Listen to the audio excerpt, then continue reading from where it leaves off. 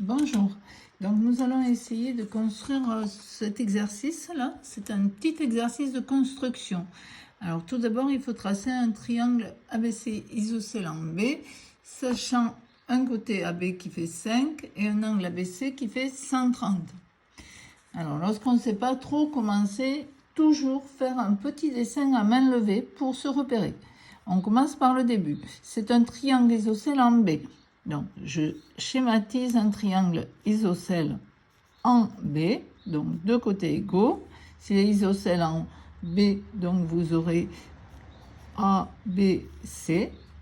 Et puis, pour bien comprendre, nous devons mettre les mesures connues sur ce triangle. Donc, 5 cm sur le côté AB. Puisqu'il est isocèle, le côté BC fait lui aussi 5 cm. Et l'angle ABC qui fait 130, attention, c'est le sommet B qui est pour mesure 130. Au niveau de l'angle, le sommet, on le repère, c'est le point qui est au milieu dans le nom. Donc c'est ici que ça doit faire 130.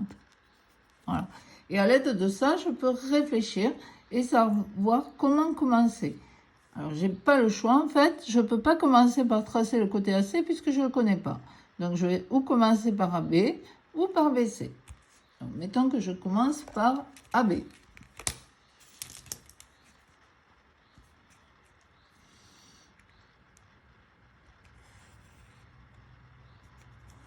J'utilise donc ma règle graduée et je mesure 5 cm.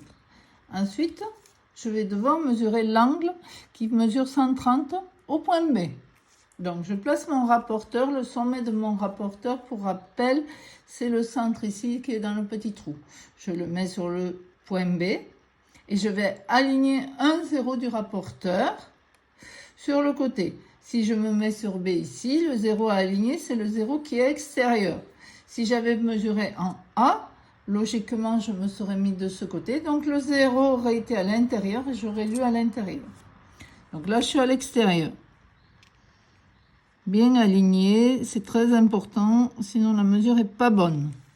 Donc j'ai aligné le 0 extérieur, donc je mesure 10, 20, 30, 40, etc. jusqu'à 130 sur ma graduation extérieure. Voilà, 130 ici. J'ai bien dans ce sens. Si j'avais lu de l'autre côté, j'aurais mesuré à l'intérieur. Voilà. Sur cette demi-droite que je pourrais tracer, le côté de l'angle qui fait 140, je vais mesurer BC qui fait 5. Alors, par exemple, comme je suis à 6, je vais faire de 1 à 6, ça me fera 5. Et donc là, j'ai BC.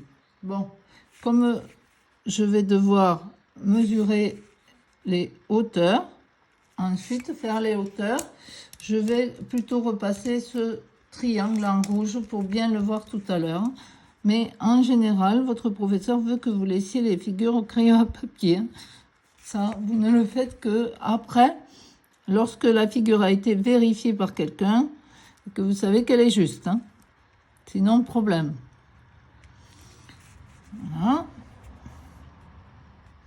Sur la vidéo, ça permettra de mieux voir puisqu'il y a la suite. Bon, déjà, nous avons les points de la question petit a pour faire le triangle. Alors maintenant, les hauteurs de ce triangle. Alors une hauteur, pour rappel, c'est une droite qui passe par le sommet et qui est perpendiculaire au côté opposé. Donc par exemple, je vais avoir une hauteur issue de A. Hauteur issue de A, je dois faire une perpendiculaire au côté opposé. Là, j'ai un problème. Donc, puisque j'ai pas le côté, hein, quand je me mets perpendiculaire ici, soit je me mets sur le côté BC, qui est le côté opposé au point A, mais pour décaler, j'y arrive pas. Alors, ce que je vais faire, c'est que je vais prolonger le côté BC. Éventuellement, je peux le prolonger en pointillé.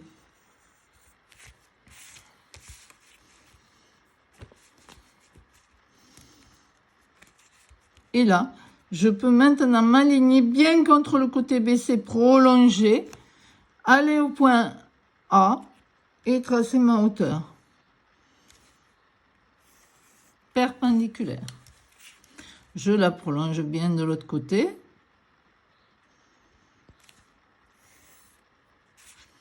Je peux coder l'angle droit. J'ai fait ma première hauteur. Alors, si je veux tracer la hauteur issue du point C, même chose, quoique là, je pourrais y arriver sans prolonger parce que vous voyez, je suis appuyée. Ça marche ici. Je peux le faire. Allez, je peux tracer ma hauteur. Elle est là.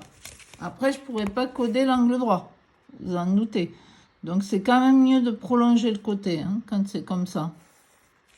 Vous voyez, c'est quand même mieux de le prolonger un peu pour pouvoir coder l'angle droit et s'assurer qu'on fait bien les choses. Vous voyez, il y est. Bon, bien sûr, de hauteur, ça se coupe en un point. Hein. Maintenant, reste la troisième hauteur issue de B. Donc, elle doit être perpendiculaire au côté opposé, c'est-à-dire à AC. La voici. Elle est à l'intérieur du triangle.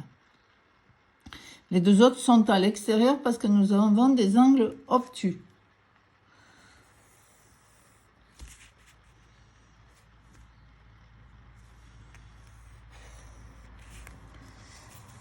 La voici, la troisième hauteur. Alors, quelques petites remarques pour terminer.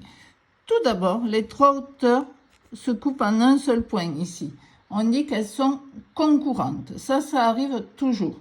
Le point de concours, lorsqu'il y a un angle obtus dans le triangle, c'est-à-dire plus grand que 90, hein, puisque nous en avons un qui fait 130, il est à l'extérieur du triangle. Si nous avons que des angles aigus dans le triangle plus petit que 90, il sera à l'intérieur. Ça, c'est pour la hauteur. Que semble être aussi la hauteur issue de B? Pourquoi?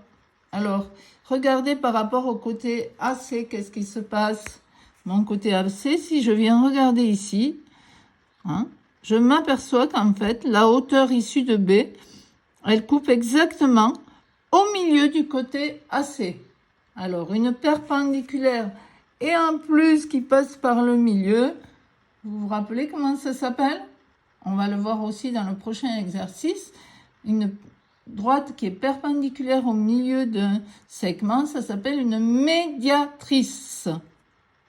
Voilà, donc la hauteur issue de B semble être la médiatrice du côté AC. C'est vrai, ça l'est. Et pourquoi, à votre avis? Parce que ce n'est pas du tout le cas pour les autres. Celle-là, c'est le cas, parce qu'en fait, nous avons un triangle isocèle en B.